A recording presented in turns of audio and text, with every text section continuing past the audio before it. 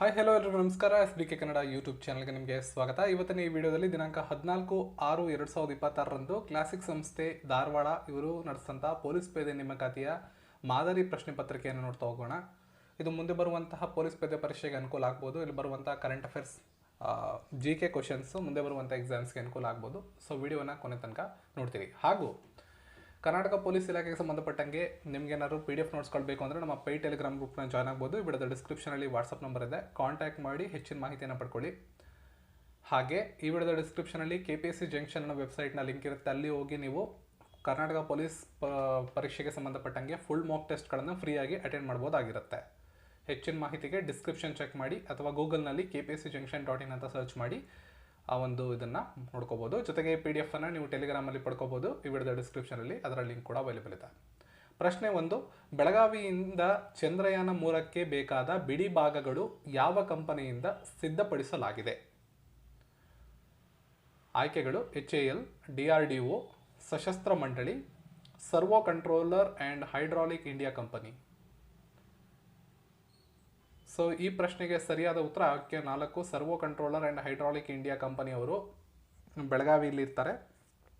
ಇಲ್ಲಿಂದ ಚಂದ್ರಯಾನ 3ಕ್ಕೆ ಮಿಷನ್ ಚಂದ್ರಯಾನ 3ಕ್ಕೆ ಬೇಕಾಗಿರುವಂಥ ಬಿಡಿ ಭಾಗಗಳನ್ನು ಸಿದ್ಧಪಡಿಸಿ ಕೊಡಲಾಗಿರ್ತದೆ. ದೀರ್ಘಕಾಲದಿಂದ ಬಳಸದೇ ಇದ್ದ ಖಾತೆಗಳನ್ನು ನಿಷ್ಕ್ರಿಯವಾಗಿರುತ್ತವೆ. ಅಂತಹ ಖಾತೆಗಳನ್ನು ಪರಿಶೀಲಿಸಲು RBI ಯಾವ ಪೋರ್ಟಲ್ನ ಇತ್ತೀಚೆಗೆ ಪ್ರಾರಂಭಿಸಿದೆ? ಇಂಪಾರ್ಟೆಂಟ್ ಕ್ವಶನ್ ಇದು.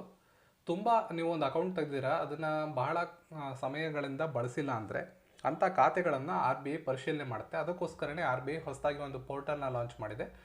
ಅದರ ಹೆಸರು ಉದ್ಗಮ್ ಪೋರ್ಟಲ್. ಆಯ್ಕೆ 3 ಸರಿಯಾದಂಥ ಉತ್ತರ. ಸೊ ಈ ಒಂದು ವಿಡಿಯೋವನ್ನು ನೀವು ರಿವಿಷನ್ ರೀತಿಯಲ್ಲಿ ನೋಡಬೇಕಾಗತ್ತೆ. ಆದಷ್ಟು ಇನ್ಫಾರ್ಮೇಷನ್ನ ಕಲೆಕ್ಟ್ ಮಾಡ್ಕೊಳ್ಳಿ ಮತ್ತು ರಿವಿಷನ್ ರೂಪದಲ್ಲಿ ನೋಡಿ. ಎಕ್ಸ್ಪ್ಲನೇಷನ್ ಪಾರ್ಟ್ ಜಾಸ್ತಿ ಒಂದು ವಿಡಿಯೋದಲ್ಲಿ ಇರೋದಿಲ್ಲ. ಗರ್ಭಕೋಶ ಕೊರಳಿನ ಕ್ಯಾನ್ಸರ್ ಯಾವ ವೈರಸ್ನಿಂದ ಹರಡುತ್ತದೆ? ಸೊ ಆಯ್ಕೆಗಳನ್ನು ನೋಡ್ಕೊಳ್ಳಿ, ವಿಡಿಯೋನ ಪಾಸ್ ಮಾಡಿ. ಆಯ್ಕೆ 1, HPV ವೈರಸ್ನಿಂದ ಗರ್ಭಕೋಶದ ಕೊರಳಿನ ಕ್ಯಾನ್ಸರ್ ಬರುತ್ತದೆ. ನೆಕ್ಸ್ಟ್ ಕ್ವಶನ್, ಹಸಿರು ಜಲಜನಕದ ಉದ್ದೇಶವೇನು? ಹಸಿರು ಜಲಜನಕವನ್ನು ಉತ್ಪಾದನೆ ಮಾಡುವಂತಹ ಪ್ರಮುಖವಾದ ಉದ್ದೇಶವೇನು? ಸೌರ್ಯ ಮತ್ತು ಪವನ ಶಕ್ತಿಯ ಹೊರತಾಗಿ ದೇಶದಲ್ಲಿ ಹಸಿರು ಜಲಜನಕ ಉತ್ಪಾದನೆಗೆ ಕೇಂದ್ರ ಮುಂದಾಗಿದೆ. ಡೀಸೆಲ್ ಬಳಕೆ ಪ್ರಮಾಣವನ್ನು ತಗ್ಗಿಸುವುದು ಇದರ ಪ್ರಮುಖವಾದ ಉದ್ದೇಶ. ಪರಿಸರದ ಸುಸ್ಥಿರತೆಗೆ ಇದು ಸಹಕಾರಿಯಾಗಿದೆ. ಇಡೀ ವಿಶ್ವ ಕೂಡ ಈ ಇಂಧನ ಬಳಕೆಯತ್ತ ಇವಾಗ ಗಮನ ವಹಿಸ್ತಾ ಇದೆ. ಸೊ ಮೇಲೆ ಕೊಟ್ಟಿರ್ತಕ್ಕಂಥ ಎಲ್ಲ ಆಪ್ಷನ್ಗಳು ಸರಿಯಾಗಿ ಕಂಡು ಬರ್ತಿರೋದ್ರಿಂದ ಇದಕ್ಕೆ ಆಯ್ಕೆ 4 ಎ ಮೇಲಿನ ಎಲ್ಲವೂ ಸರಿಯಾದ ಉತ್ತರ ಆಗುತ್ತೆ. ಮಲೆಗಳಲ್ಲಿ ಮದುಮಗಳು ಎನ್ನುವ ಕಾದಂಬರಿಯನ್ನು ಯಾರು ಬರೆದಿದ್ದಾರೆ? ಕುವೆಂಪು ಅವರು ಮಲೆಗಳಲ್ಲಿ ಮದುಮಗಳು ಎನ್ನುವ ಕಾದಂಬರಿಯನ್ನು ಬರೆದಿದ್ದಾರೆ. ನೆಕ್ಸ್ಟ್ ಕ್ವಶನ್ 6ನೇದು, ಮತ್ಸ್ಯೋದ್ಯಮ ಪಾರ್ಕ್ ಇರುವಂಥ ಜಿಲ್ಲೆ ಯಾವುದು? ಮತ್ಸ್ಯೋದ್ಯಮ ಪಾರ್ಕು ದಕ್ಷಿಣ ಕನ್ನಡದಲ್ಲಿ ಕಂಡುಬರುತ್ತೆ. ನೆಕ್ಸ್ಟು, ಗೌರಿಬಿದನೂರಿನಲ್ಲಿ ನಡೆದ ಧ್ವಜ ಸತ್ಯಾಗ್ರಹವು 1938ರ ಏಪ್ರಿಲ್ 22ರಂದು ಜರುಗಿತ್ತು. ಇದರ ಹೆಸರೇನು ಅಂತ ಕೇಳಿದ್ದಾರೆ. ಇದಕ್ಕೆ ಸರಿಯಾದ ಉತ್ತರ ವೀರಸೌಧ. ನೆಕ್ಸ್ಟು, ಹೇಳಿಕೆಗಳಿವೆ, ತಪ್ಪಾಗಿರುವಂಥ ಹೊಂದಾಣಿಕೆಗಳಿವೆ. ತಪ್ಪಾಗಿರುವಂಥ ಹೊಂದಾಣಿಕೆಯನ್ನು ನೀವು ಐಡೆಂಟಿಫೈ ಮಾಡಬೇಕು. ಅಗ್ನಿ 1 ಕಡಿಮೆ ದೂರ ಅಂತರದ ಬ್ಯಾಲಿಸ್ಟಿಕ್ ಕ್ಷಿಪಣಿ. ಅಗ್ನಿ 2 ಮಧ್ಯಮ ದೂರ ಅಂತರದ ಬ್ಯಾಲಿಸ್ಟಿಕ್ ಕ್ಷಿಪಣಿ. ಅಗ್ನಿ 3 ಮಂಗಳ ಗ್ರಹದ ದೂರದ ಅಂತರದ ಬ್ಯಾಲಿಸ್ಟಿಕ್ ಕ್ಷಿಪಣಿ. ಅಗ್ನಿ 4 ವಿಭಿನ್ನ ಭೂಖಂಡಗಳನ್ನು ಸಂಯೋಜಿಸುವ ಬ್ಯಾಲಿಸ್ಟಿಕ್ ಕ್ಷಿಪಣಿ. ಸೊ ಇಲ್ಲಿ 3ನೇದು ತಪ್ಪು, ಉಳಿದಂಥ 3 ಕೂಡ ಸರಿಯಾಗಿದೆ. 1, 2, 4 ಸರಿಯಾಗಿದೆ. ತಪ್ಪಾಗಿರೋದನ್ನು ಗುರುತಿಸಿ ಅಂತ ಹೇಳಿರೋದ್ರಿಂದ ಆಯ್ಕೆ 3 ಸರಿಯಾದಂಥ ಉತ್ತರ. ತನ್ನ ದೇಹದಿಂದ ನೀರು ಕಳೆದುಕೊಳ್ಳುವುದನ್ನು ತಡೆಗಟ್ಟಲು ಸಸ್ಯಗಳು ಕೆಳಗಿನ ಯಾವ ಒಂದನ್ನು ಬಿಟ್ಟು ಉಳಿದ ಎಲ್ಲವುಗಳ ಮೂಲಕ ಬಾಷ್ಪ ವಿಸರ್ಜನೆಯನ್ನು ಕಡಿಮೆ ಮಾಡುತ್ತವೆ? 9ನೇ ಕ್ವಶನ್. ಸರಿಯಾದಂಥ ಉತ್ತರ ಪತ್ರರಂಧ್ರವನ್ನು ತೊರೆಯುವುದನ್ನು ಬಿಟ್ಟು ಉಳಿದೆಲ್ಲದರ ಮೂಲಕ ಬಾಷ್ಪ ವಿಸರ್ಜನೆಯನ್ನು ಸಸ್ಯಗಳು ಕಡಿಮೆ ಮಾಡುತ್ತವೆ. ನೆಕ್ಸ್ಟ್ ಕ್ವಶನ್, ಜೋಕುಮಾರಸ್ವಾಮಿ ನಾಟಕವನ್ನು ಬರೆದವರು ಯಾರು? ಇದಕ್ಕೆ ಸರಿಯಾದ ಉತ್ತರ ಚಂದ್ರಶೇಖರ್ ಕಂಬಾರರು. ಈ ಕೆಳಗಿನವರಲ್ಲಿ ಎ ಸೂಟಬಲ್ ಬಾಯ್ ಕೃತಿಯ ಕರ್ತೃ ಯಾರು?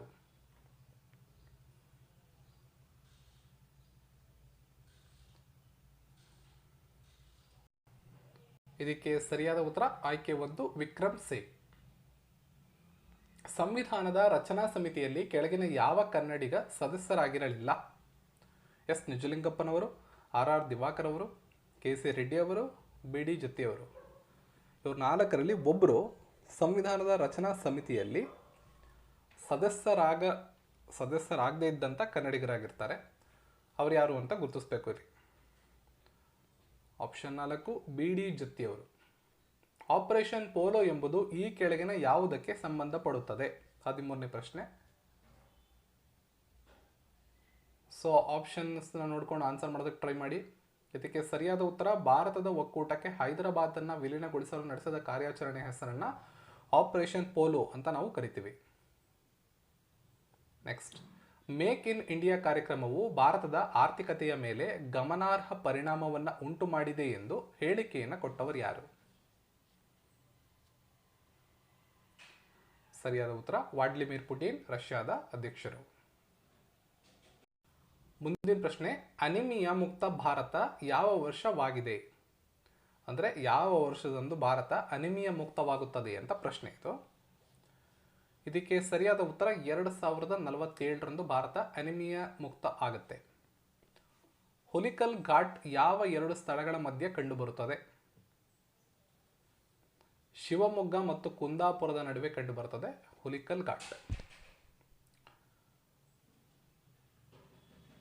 ಮಹಲಾನೋಬಿಸ್ ಮಾದರಿ ಯೋಜನೆ ಎಂಬುದು ಎಷ್ಟನೇ ಪಂಚವಾರ್ಷಿಕ ಯೋಜನೆಗೆ ಸಂಬಂಧಪಡುತ್ತದೆ? 5 years ಪ್ಲಾನ್ ಬಗ್ಗೆ ಒಂದು ಕ್ವಶನ್ ಅಂತೂ ಎಕ್ಸಾಮ್ಸಲ್ಲಿ ಸಾಮಾನ್ಯವಾಗಿ ಇದ್ದೇ ಇರುತ್ತೆ. ಇಂಪಾರ್ಟೆಂಟ್ ಟಾಪಿಕ್ ಇದು. ಇದಕ್ಕೆ ಸರಿಯಾದ ಉತ್ತರ 2ನೇ ಪಂಚವಾರ್ಷಿಕ ಯೋಜನೆಯನ್ನು ನಾವು ಮಹಲಾನೋಬಿಸ್ ಮಾದರಿ ಯೋಜನೆ ಅಂತ ಕೂಡ ಕರಿತೀವಿ. ಹೊಂದಿಸಿ ಬರೆಯಿರಿ. Nicolo Conti, Abdul Razzaq, Edward Barbosa, Nuniz. So ಇವರೆಲ್ಲ ಯಾವ ಮನೆತನದಲ್ಲಿ ಇದ್ರು ಅನ್ನೋಂಥ ನೀವು ಐಡೆಂಟಿಫೈ ಮಾಡಬೇಕು. ರೈಟ್ ಸೈಡು ಅಚ್ಯುತ ದೇವರಾಯ ಅವರು, ಕೃಷ್ಣ ದೇವರಾಯ, 2ನೇ ದೇವರಾಯ, 1ನೇ ದೇವರಾಯ. ಸಂಕೇತಗಳು ಈ ಥರ ಇದೆ.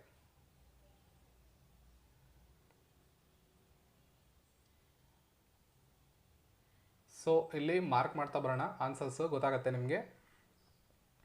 ಇಲ್ಲಿ ಇದಕ್ಕೆ ಪ್ರಶ್ನೆಗೆ ಸರಿಯಾದ ಉತ್ತರ ಆಪ್ಷನ್ ಬಿ 2 ಆಗಿರುತ್ತೆ. D, C, B, A. Nicole county 2ನೇ ದೇವರಾಯ ಅವರು, Abdul Razak 1ನೇ Devaraya, Nicole county, Abdul Razak 2ನೇ ದೇವರಾಯ, ಎಡ್ವರ್ಡ್ ಬಾರ್ಬೋಸ್ ಕೃಷ್ಣ ದೇವರಾಯ ಮತ್ತು ನ್ಯೂರಿಜ್ ಅಚ್ಯುತ್ ದೇವರಾಯ. ಆಪ್ಷನ್ 2 ಸರಿಯಾದಂಥ ಉತ್ತರ ಈ ಪ್ರಶ್ನೆಗೆ. ನೆಕ್ಸ್ಟ್ ಕ್ವಶನ್ ಈ ಥರ ಇದೆ. ಈ ಕೆಳಗಿನ ಯಾವ ಸ್ಮಾರಕಗಳು ವಿಜಯಪುರದಲ್ಲಿವೆ? ವಿಜಯಪುರದಲ್ಲಿ ಇರುವಂಥ ಸ್ಮಾರಕಗಳನ್ನು ಕಂಡುಹಿಡಿಯಿರಿ. ಮೆಹತರ್ ಮಹಲ್, ಹೀರಾ ಮಹಲ್, ಕೀರಾ ಇ ಕೊಹಾಮ್ ಮಸ್ಜಿದ್, ಮಲಿಕ್ ಇ ಮೈದಾನ್. ಸೊ ಮೆಹತರ್ ಮಹಲ್ ಇದೆ ಮತ್ತು ಮಲಿಕ್ ಇ ಮೈದಾನ್ ಇದೆ. ಆಪ್ಷನ್ 3 ಎ ಮತ್ತು ಡಿ ಮಾತ್ರ. 19ನೇ ಪ್ರಶ್ನೆಗೆ ಸರಿಯಾದಂಥ ಉತ್ತರ ಎ ಮತ್ತು ಡಿ ಮಾತ್ರ.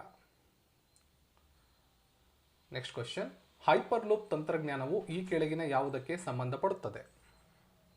ವೈದ್ಯಕೀಯ ಕ್ಷೇತ್ರ, ಸಾರಿಗೆ ಕ್ಷೇತ್ರ, internet, super computer. Hyperloop ತಂತ್ರಜ್ಞಾನ ಕೆಳಗಿನ ಯಾವುದಕ್ಕೆ ಸಂಬಂಧಪಡುತ್ತದೆ? ಸರಿಯಾದ ಉತ್ತರ ಟ್ರಾನ್ಸ್ಪೋರ್ಟ್, ಸಾರಿಗೆ ವ್ಯವಸ್ಥೆಗೆ ಇದು ಸಂಬಂಧಪಡುತ್ತದೆ. ಈ ಕೆಳಗಿನ ಹಬ್ಬಗಳು ಮತ್ತು ಆಚರಣೆಗಳಿಗೆ ಸಂಬಂಧಪಟ್ಟಂಗೆ ರಾಜ್ಯಗಳನ್ನು ನೀಡಲಾಗಿದೆ. ಯಾವ ಹೊಂದಾಣಿಕೆ ತಪ್ಪಾಗಿದೆ ಎಂಬುದನ್ನು ಗುರುತಿಸಿ. ಆಯ್ಕೆ 1 ಫ್ಲೋಟ್ ಹಬ್ಬ ತಮಿಳುನಾಡು, ಆಯ್ಕೆ 2 ಗುಲಾಬಿ ಹಬ್ಬ ಬಿಹಾರ, ಆಯ್ಕೆ 3 ಪುಷ್ಕರ್ ಹಬ್ಬ ರಾಜಸ್ಥಾನ, ಆಯ್ಕೆ 4 ಪೂರಂ ಕೇರಳ. ಪ್ರಶ್ನೆಗೆ ಸರಿಯಾದ ಉತ್ತರ ಆಪ್ಷನ್ 2.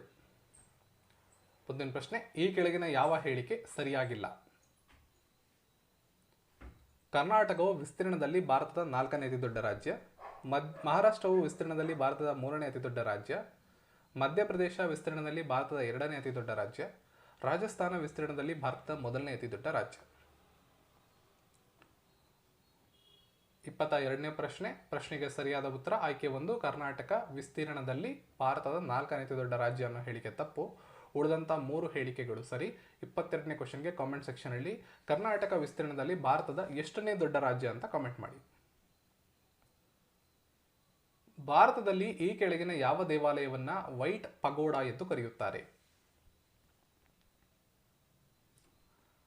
ಪುರಿಯ ಜಗನ್ನಾಥ ದೇವಾಲಯವನ್ನ ವೈಟ್ ಪಗೋಡಾ ಅಂತ ಕರೆಯಲಾಗುತ್ತೆ. ಭಾರತದ ರಾಷ್ಟ್ರೀಯ ಕಾಂಗ್ರೆಸ್ನ ಯಾವ ಅಧಿವೇಶನವನ್ನ ದೋಷಗಳ ದುರ್ಘಟನೆ ಎಂದು ಕರೆಯಲಾಗುತ್ತದೆ? 1907ರಲ್ಲಿ ನಡೆದಂಥ ಸುರತ್ ಅಧಿವೇಶನವನ್ನ ದೋಷಗಳ ದುರ್ಘಟನೆ ಅಂತ ಕರೆಯಲಾಗುತ್ತೆ. ಈ ಕೆಳಗಿನ ಘಟನೆಗಳನ್ನು ಕಾಲಾನುಕ್ರಮದಲ್ಲಿ ಜೋಡಿಸಿ. ಸಿಪಾಯಿ ದಂಗೆ, ನಗರ ದಂಗೆ, ವೆಲ್ಲೂರು ದಂಗೆ, ಕಿತ್ತೂರು ದಂಗೆ.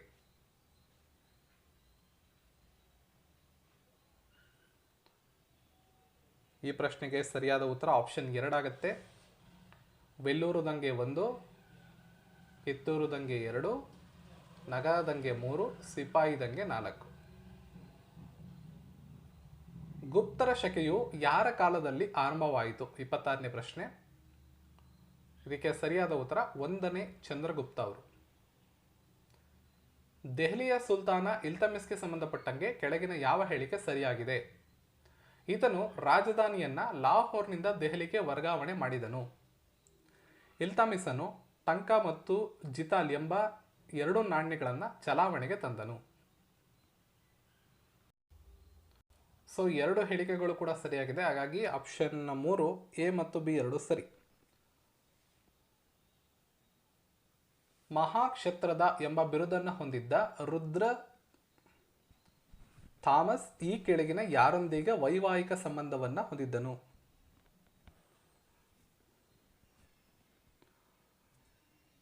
ಸೊ ಇದಕ್ಕೆ ಸರಿಯಾದ ಉತ್ತರ ಶಾತವಾಹನರು.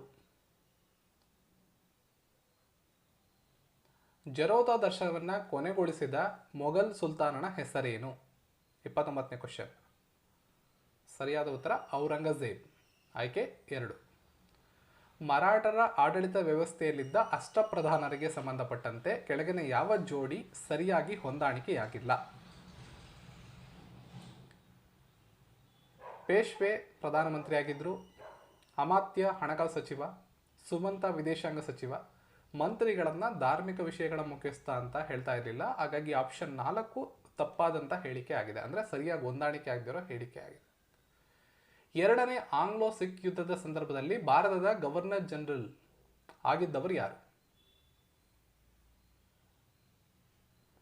Lord Dalhousie. ಸೂರ್ಯನ ಅತ್ಯಂತ ಹೊರಗಿನ ಪದರವನ್ನ ಯಾವ ಹೆಸರಿನಿಂದ ಕರೀತಾರೆ? ಕರೋನಾ ಅಂತ ಕರೀತಾರೆ. ಆಪ್ಷನ್ 2 ಇದು ಪ್ರಶ್ನೆಗೆ ಸರಿಯಾದಂಥ ಉತ್ತರ ಆಗುತ್ತೆ. ಜಲಾಶಯಗಳು ಮತ್ತು ಅವುಗಳು ಇರುವಂಥ ರಾಜ್ಯಗಳಿಗೆ ಸಂಬಂಧಪಟ್ಟಂಗೆ ಸ್ಟೇಟ್ಮೆಂಟ್ಸ್ ಅನ್ನು ಕೊಟ್ಟಿದ್ದಾರೆ. 33ನೇ ಪ್ರಶ್ನೆ. ಸರ್ದಾರ್ ಸರೋವರ ಅಣೆಕಟ್ಟು, ಬಾಂಗ್ಲಿಹಾರ್ ಅಣೆಕಟ್ಟು, ಗಾಂಧಿ ಸಾಗರ ಅಣೆಕಟ್ಟು, ಕೊಯ್ನಾ ಅಣೆಕಟ್ಟು ಇವು ಯಾವ್ಯಾವ ರಾಜ್ಯದಲ್ಲಿದೆ ಅಂತ ಇಲ್ಲಿ ಸಂಕೇತಗಳನ್ನ ಕೂಡ ಕೊಟ್ಟಿದ್ದಾರೆ. ಬಟ್ ನೀವು ಇಲ್ಲಿ ವಿಡಿಯೋನ ಪಾಸ್ ಮಾಡಿ ಇಲ್ಲ ಆನ್ಸರ್ ಮಾಡೋದಕ್ಕೆ ಟ್ರೈ ಮಾಡಿ.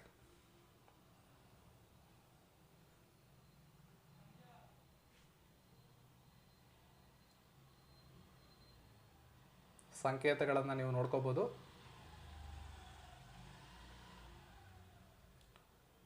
ಸೊ ಇಲ್ಲಿ ಸರ್ದಾರ್ ಸರೋವರ ಅಣೆಕಟ್ಟು ಎಲ್ಲಿ ಬರುತ್ತೆ? ಗುಜರಾತಲ್ಲಿ. ಬಾಂಗ್ಲಿಹಾರ ಅಣೆಕಟ್ಟು ಜಮ್ಮು ಕಾಶ್ಮೀರ, ಗಾಂಧಿ ಸಾಗರ ಅಣೆಕಟ್ಟು ಮಧ್ಯಪ್ರದೇಶ, ಕೊಯ್ನಾ ಅಣೆಕಟ್ಟು ಮಹಾರಾಷ್ಟ್ರ. DCBA ಆಪ್ಷನ್ 1 ಸರಿಯಾದಂಥ ಉತ್ತರ ಇದಕ್ಕೆ. ಮುಂದಿನ ಪ್ರಶ್ನೆ. ಒಬ್ಬ ವ್ಯಕ್ತಿಯು ರಾಣತಂಬೋರ್, ಗಿರ್ ಮತ್ತು ಬೆಟ್ಲಾ ರಾಷ್ಟ್ರೀಯ ಉದ್ಯಾನವನಗಳಿಗೆ ಭೇಟಿ ನೀಡಲು ಇಚ್ಛಿಸುತ್ತಾನೆ. ಹಾಗಾದರೆ ಆ ವ್ಯಕ್ತಿ ಅವುಗಳನ್ನು ನೋಡಲು ಈ ಕೆಳಗಿನ ಯಾವ ರಾಜ್ಯಕ್ಕೆ ಭೇಟಿ ನೀಡುವ ಅವಶ್ಯಕತೆ ಇಲ್ಲ? ಇವು 3 ನೋಡಬೇಕು ಅಂದರೆ ಯಾವ ಒಂದು ರಾಜ್ಯಕ್ಕೆ ಭೇಟಿ ಕೊಡಬೇಕು ಅಂತ ಪ್ರಶ್ನೆ ಇಲ್ಲಿ. ಯಾವ ರಾಜ್ಯಕ್ಕೆ ಭೇಟಿ ಕೊಡುವ ಅಗತ್ಯ ಇಲ್ಲ ಅಂತ ಪ್ರಶ್ನೆ. ಸೊ 3 ಎಲ್ಲಿ ಕಂಡು ಬರ್ತವೆ ಅಂತ ನಿಮಗೆ ಗೊತ್ತಿರಬೇಕು. 4ನೇ ಆಪ್ಷನ್ ಇಲ್ಲಿ ಎಲಿಮಿನೇಟ್ ಮಾಡಬೇಕು. ಆ ಥರ ಒಂದು ಕ್ವಶನ್ ಇದೆ.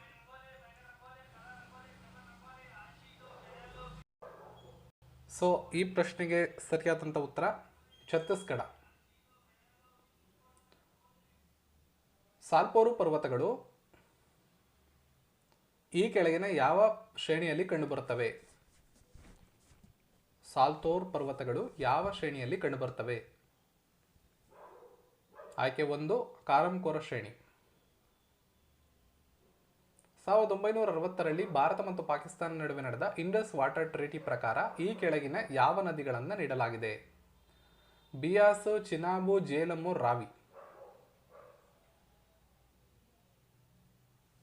ಬಿಯಾಸ್ ಮತ್ತು ರಾವಿ. ಆಪ್ಷನ್ 1 ಎ ಮತ್ತು ಡಿ. ಮೊದಲ ಬಾರಿಗೆ ಸಿರಿಗನ್ನಡಂ ಗೆಲ್ಗೆ ಎಂಬ ಶೀರ್ಷಿಕೆ ಘೋಷವಾಕ್ಯವನ್ನು ಬಳಕೆ ಮಾಡಲು ಆರಂಭ ಮಾಡಿದವರು ಯಾರು? ಸರಿಯಾದ ಉತ್ತರ ರಾ ಹಾಮ್ ದೇಶಪಾಂಡೆ ಅವರು. ಈ ಕೆಳಗಿನ ಯಾವ ಬಂದರು ಭಾರತದ ಅತಿದೊಡ್ಡ ಕಂಟೈನರ್ ಬಂದರಾಗಿದೆ?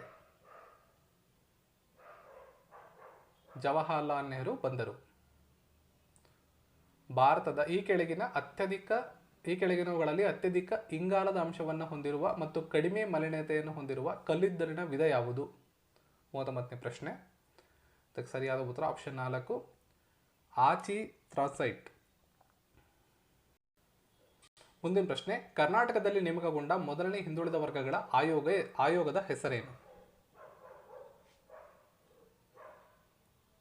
LG ಹಾವನೂರು ಆಯೋಗ. ಆಪ್ಷನ್ 3 ವಿತ್ತೀಯ ನೀತಿ ಈ ಕೆಳಗಿನವುಗಳಲ್ಲಿ ಯಾವುದನ್ನು ಒಳಗೊಂಡಿರುತ್ತದೆ? ಸಾಲದ ನಿರ್ವಹಣೆ, ಹೂಡಿಕೆಯ ತಂತ್ರಗಳು, ತೆರಿಗೆ ನೀತಿ. ಇಲ್ಲಿ ಸಂಕೇತಗಳನ್ನ ಕೂಡ ಕೊಟ್ಟಿದ್ದಾರೆ, ನೋಡ್ಕೊಂಡು ಆನ್ಸರ್ನ ಮಾಡ್ಬೋದು ನೀವು. ಸರಿಯಾದ ಉತ್ತರ 3 ಕೂಡ ಸಾಲ ನಿರ್ವಹಣೆ, ಹೂಡಿಕೆ ತಂತ್ರ ಮತ್ತು ತೆರಿಗೆ ನೀತಿ. Option 4 ABC. ತೆರೆದ ಮಾರುಕಟ್ಟೆ ಕಾರ್ಯಾಚರಣೆಗಳು ಓಪನ್ ಮಾರ್ಕೆಟ್ ಆಪರೇಷನ್ಸ್ ಈ ಕೆಳಗಿನ ಯಾವುದನ್ನು ಸೂಚಿಸುತ್ತದೆ? ಸರ್ಕಾರಿ ಭದ್ರತೆಗಳ ಖರೀದಿ ಮತ್ತು ಮಾರಾಟವನ್ನು ಸೂಚಿಸುತ್ತೆ.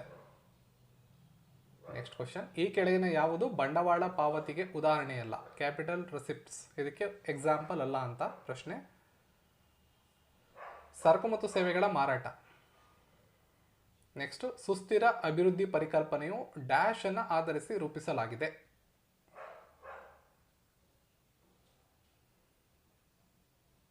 ಸೊ 1992ರ ಪರಿಸರ ಮತ್ತು ಅಭಿವೃದ್ಧಿ ಮೇಲಿನ ವಿಶ್ವಸಂಸ್ಥೆಯ ಸಮ್ಮೇಳನವನ್ನು ಒಂದು ಆಧಾರ ಮಾಡಿಕೊಂಡು ಇದನ್ನು ರೂಪಿಸಲಾಗಿರುತ್ತೆ. ನೆಕ್ಸ್ಟ್, ಆದಾಯ ತಟಸ್ಥ ದರ ರೆವೆನ್ಯೂ ನ್ಯೂಟ್ರಲ್ ರೇಟ್ ಎಂಬ ಪದವನ್ನು ಈ ಕೆಳಗಿನ ಯಾವುದಕ್ಕೆ ಬಳಸಲಾಗುತ್ತಿದೆ? ಸರಿಯಾದ ಉತ್ತರ GST ಬಗ್ಗೆ ಸಂಪೂರ್ಣ ಮಾಹಿತಿ ಇರಬೇಕು. ಇಂಪ್ಲಿಮೆಂಟ್ ಆಗಿದ್ದು ಯಾವಾಗ, ಅದರ ಕಾಯ್ದೆ ಯಾವುದು, ಅಮೆಂಡ್ಮೆಂಟ್ ಯಾವುದು, ಅದನ್ನು ಯಾವ ದೇಶದಿಂದ ಎರವಲು ಪಡ್ಕೊಂಡಿದ್ದಾರೆ, ಅದರ ಸ್ಲ್ಯಾಬ್ಸ್ಗಳು ಯಾವ್ದು ಬರ್ತವೆ, ರೀಸೆಂಟಾಗಿ ಆಗಿರುವಂತಹ ಸಮ್ಮೇಳನಗಳು, GSTಗೆ ಸಂಬಂಧಪಟ್ಟಂಗೆ ಸಭೆಗಳೆಲ್ಲಾಗಿದೆ, ಅದರ ಅಧ್ಯಕ್ಷತೆಯನ್ನು ಯಾರು ವಹಿಸ್ಕೊಂಡಿದ್ರು, GST ಕಲೆಕ್ಷನ್ ಎಷ್ಟಾಗಿದೆ ಈ ವರ್ಷ, ಇದೆಲ್ಲದರ ಬಗ್ಗೆಯೂ ಎಕ್ಸಾಮಲ್ಲಿ ಕ್ವಶನ್ಸ್ ಕೇಳೋ ಸಾಧ್ಯತೆ ಇರುತ್ತೆ. 2011ರ ಭಾರತದ ಜನಗಣತಿಯ ಅಂಕಿಅಂಶಗಳಿಗೆ ಸಂಬಂಧಿಸಿದಂತೆ ಕೆಳಗಿನ ಯಾವ ಜೋಡಿ ಸರಿಯಾಗಿ ಹೊಂದಾಣಿಕೆಯಾಗಿಲ್ಲ?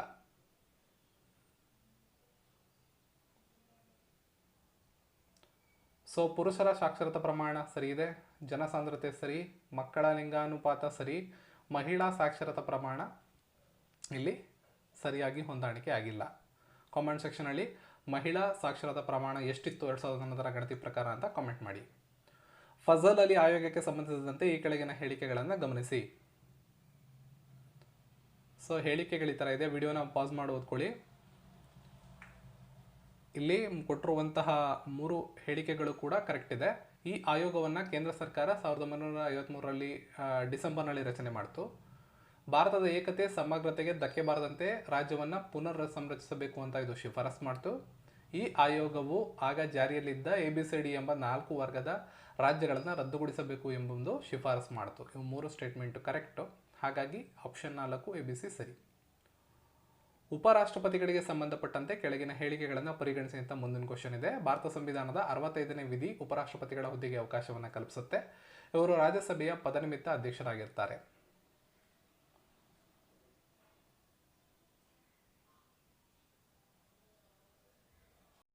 ಸೊ ಈ ಥರ ಕ್ವಶನ್ಸಲ್ಲಿ ನಿಮ್ಮನ್ನ ಅವರು ಲಾಕ್ ಮಾಡಿ ತಪ್ಪು ಉತ್ತರ ಕೊಡುವಂಗೆ ಮಾಡ್ತಾರೆ. ಇಲ್ಲಿ ಆಪ್ಷನ್ ಬಿ ಮಾತ್ರ ಸರಿ. ಇದು 65 ಅಲ್ಲ 63. ಭಾರತ ಸಂವಿಧಾನದ 63ನೇ ವಿಧಿಯು ಉಪರಾಷ್ಟ್ರಪತಿ ಹುದ್ದೆಗೆ ಅವಕಾಶವನ್ನು ಕೊಡುತ್ತೆ.